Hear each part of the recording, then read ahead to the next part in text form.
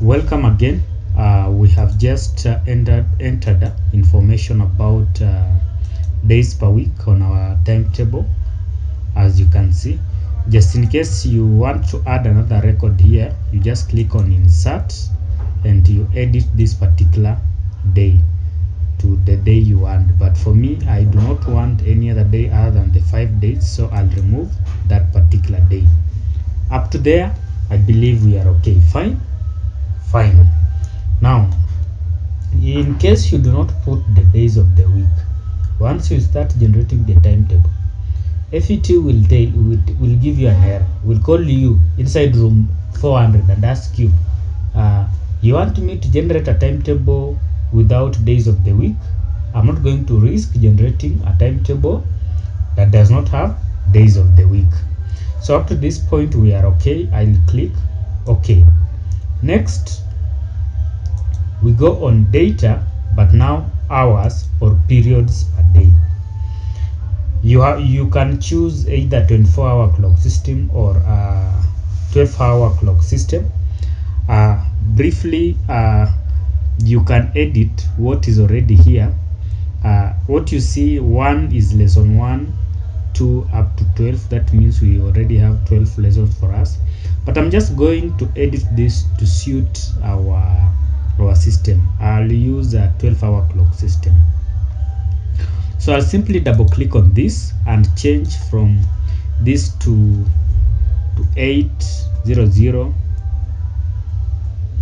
I'll use full colon 00 to 840 for lesson 1. I'll also change this from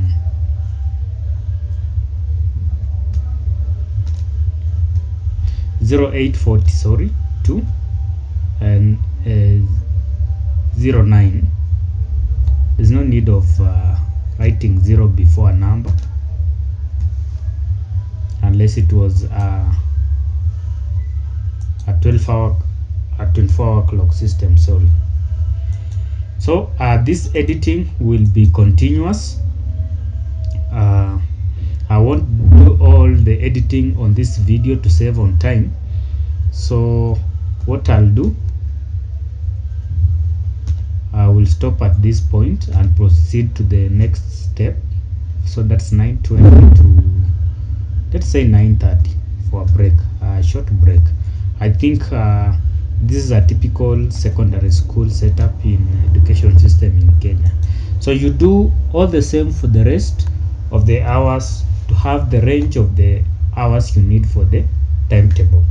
Please ensure, if you are following this tutorial to do your timetable, you edit the remaining hours. You can also add to suit your timetable, but that's how it is done. Up to that point, I'll click OK. And another point, always remember to save. So saving is very simple. You can come to File and then simply click as Save, or on your keyboard you just press Ctrl S. Up to that point we have already saved our work and we are good to go. Next is on subjects. So I click on subjects. I have an empty space here.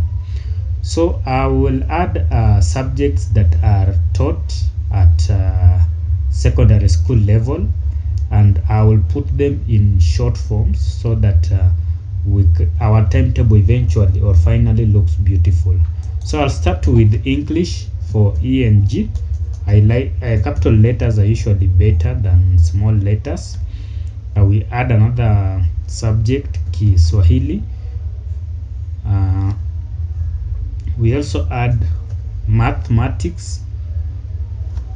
Again, this one is done for all the subjects that you would like them to appear, except for a combination of subjects. You'll also give those subjects a separate name for those subjects. There are two ways of dealing with it. You can give, for instance, a combination. We have levels where two subjects are being taught simultaneously. That means, for instance, we have In most cases, you get that history is being taught simultaneously with geography. At the same time, that